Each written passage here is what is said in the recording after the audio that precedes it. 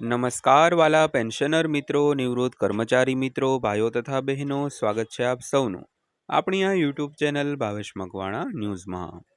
તો પેન્શનર મિત્રો, આજના વિડીયોની અંદર આપણે વાત કરીશું પેન્શનરો માટે અતિ મહત્વના સમાચાર વિશે।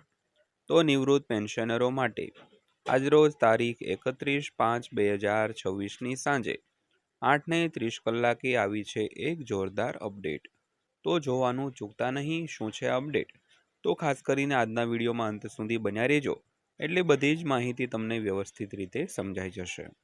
અને હજી સુધી જો આપણી આ ચેનલ તમે સબસ્ક્રાઇબ ન કરી હોય અને જો તમે એક પેન્શનર હો, નિવૃત્ત કર્મચારી અથવા સરકારી કર્મચારી હો, તો આપણી આ ચેનલ અત્યારે જ સબસ્ક્રાઇબ કરી લેજો, કારણ કે તમારા માટે રોજે રોજના જે અગત્યના સમાચારો હોય, અગત્યની માહિતીઓ હોય, તેના વિડીયો એકદમ સરળ ભાષામાં આપણી આ ચેનલમાં રોજે રોજ અપલોડ થતા હોય છે। તો વિડીયો અંત સુધી જોઈ લેજો। શરૂ કરીએ આજનો આ વિડીયો। તો 8મા પગાર પંચે મેમોરેન્ડમ સબમિશન માટેની અંતિમ તારીખ 15 જૂન 2026 સુધી લંબાવી છે અને કોલકાતા અને ભુવનેશ્વરમાં નવા હિસ્સેદારોની સલાહ સૂચનની જાહેરાત પણ કરી છે। તો ફિટમેન્ટ ફેક્ટર, પગાર વધારો, પેન્શન અને અન્ય ભથ્થા પર ચર્ચા ચાલુ છે, કારણ કે કમિશન કર્મચારી સંગઠનો અને પેન્શનર સંસ્થાઓ પાસેથી પ્રતિસાદ છે તે એકત્રિત કરી રહ્યું છે। તો ખાસ કરીને 8મા પગાર પંચમાં જે મેમોરેન્ડમ સબમિશનની તારીખ 31 મે હતી, તેને વધારીને હવે 15 જૂન કરવામાં આવી છે। તો ખાસ કરીને ફિટમેન્ટ ફેક્ટર, પગાર વધારો, પેન્શન વધારો અને ભથ્થા પર ચર્ચા હાલમાં ચાલુ છે। તો ખાસ કરીને કોલકાતા અને ભુવનેશ્વરમાં નવા હિસ્સેદારોની સલાહ મસલતની જાહેરાત કરતી વખતે મેમોરેન્ડમ સબમિશનની અંતિમ તારીખ 15 જૂન 2026 સુધી લંબાવી છે।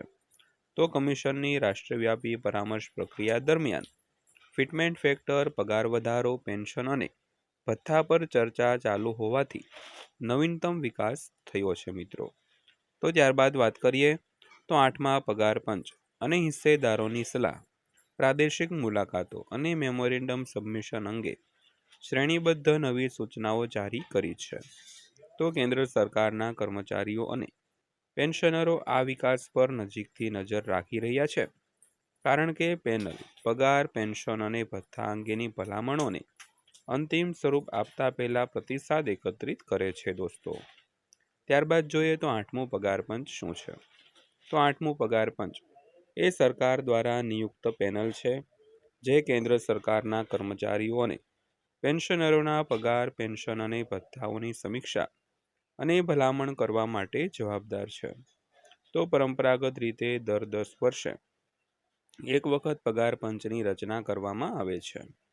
તો આ કમિશનનું નેતૃત્વ સુપ્રીમ કોર્ટના ભૂતપૂર્વ ન્યાયાધીશ જસ્ટિસ રંજના પ્રકાશ દેસાઈ કરે છે અને સભ્યોમાં પ્રોફેસર પુલક ઘોષ જે પાર્ટ ટાઈમ સભ્ય અને પંકજ જૈન જે સભ્ય સચિવ તરીકે સામેલ છે દોસ્તો।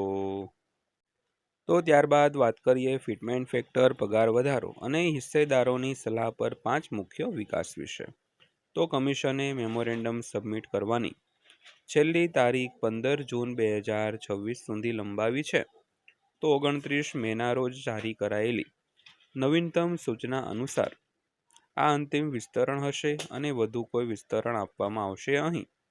તો હિસ્સેદારોએ ફક્ત 8મા પગાર પંચની સત્તાવાર વેબસાઇટ દ્વારા જ મેમોરેન્ડમ સબમિટ કરવાની સલાહ આપવામાં આવી છે। તો કમિશને 9 અને 10 જુલાઈ 2026ના રોજ પશ્ચિમ બંગાળના કોલકાતામાં હિસ્સેદારોની પરામર્શ બેઠકોનું આયોજન કર્યું છે। તો કમિશન સાથે વાતચીત કરવા માંગતા સંગઠનો, સંસ્થાઓ, સંગઠન યુનિયનો એ 15 જૂન 2026 સુધીમાં તેમના અનન્ય મેમોરેન્ડમ આઈડી સાથે નિમણૂક વિનંતીઓ સબમિટ કરવા માટે કહેવામાં આવ્યું છે।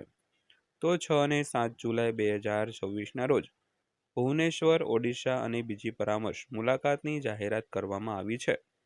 તો રસ ધરાવતા હિતધારકો સત્તાવાર પોર્ટલ દ્વારા તેમના મેમોરેન્ડમ સબમિટ કર્યા પછી 15 જૂન પહેલા એપોઇન્ટમેન્ટ મેળવી શકે છે।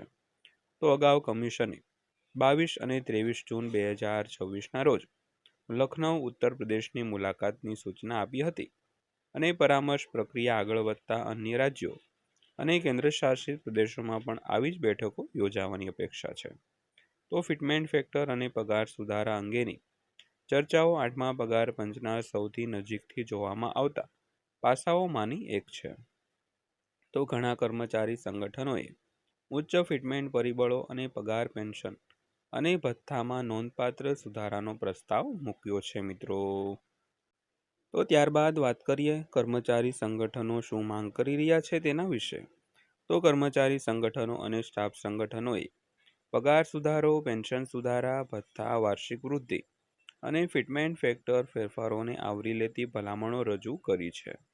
તો national council joint consultative machinery એટલે કે NCJCMના સ્ટાફ સાઇડે કમિશનને આપેલા મેમોરેન્ડમમાં દલીલ કરી હતી કે અગાઉના પગાર પંચો દ્વારા ઉપયોગમાં લેવાતી પગાર ગણતરીઓ જૂની છે અને ભલામણ કરવામાં આવી હતી કે પેનલ કર્મચારી વળતરની સમીક્ષા કરતી વખતે અપડેટ કરેલા પરિણામોને ધ્યાનમાં લે.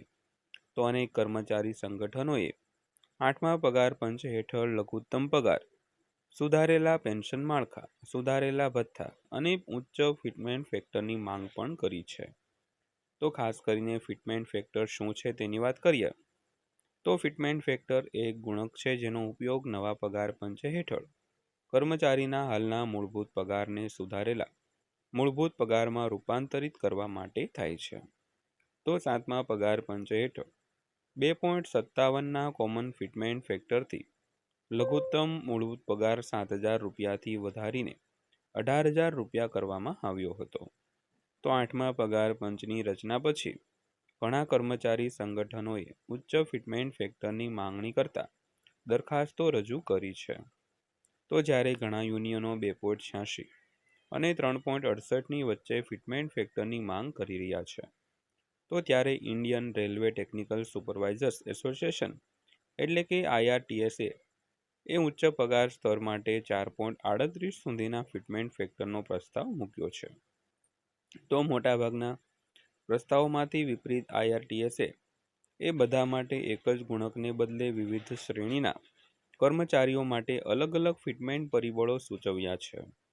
તો એસોસિએશને 19 મે 2024ના રોજ હૈદરાબાદમાં હિસ્સેદારોની પરામર્શ દરમિયાન કમિશનને તેમનું મેમોરેન્ડમ સુપરત કર્યું અને પેનલ સમક્ષ એક પ્રેઝન્ટેશન આપ્યું હતું દોસ્તો. તો દોસ્તો આ હતી આજની માહિતી પસંદ આવી હોય, વિડીયો સારો લાગ્યો હોય તો વિડીયોને એક લાઇક કરજો અને આવા જ વિડીયો મેળવવા માટે આપણી આ યુટ્યુબ ચેનલ સબસ્ક્રાઈબ કરી લેજો. તો ફરીવાર પાછા મળીશું એક નવા વિડીયો સાથે, નવી માહિતી સાથે. ત્યાં સુધી સૌને જય હિન્દ, વંદે માતરમ.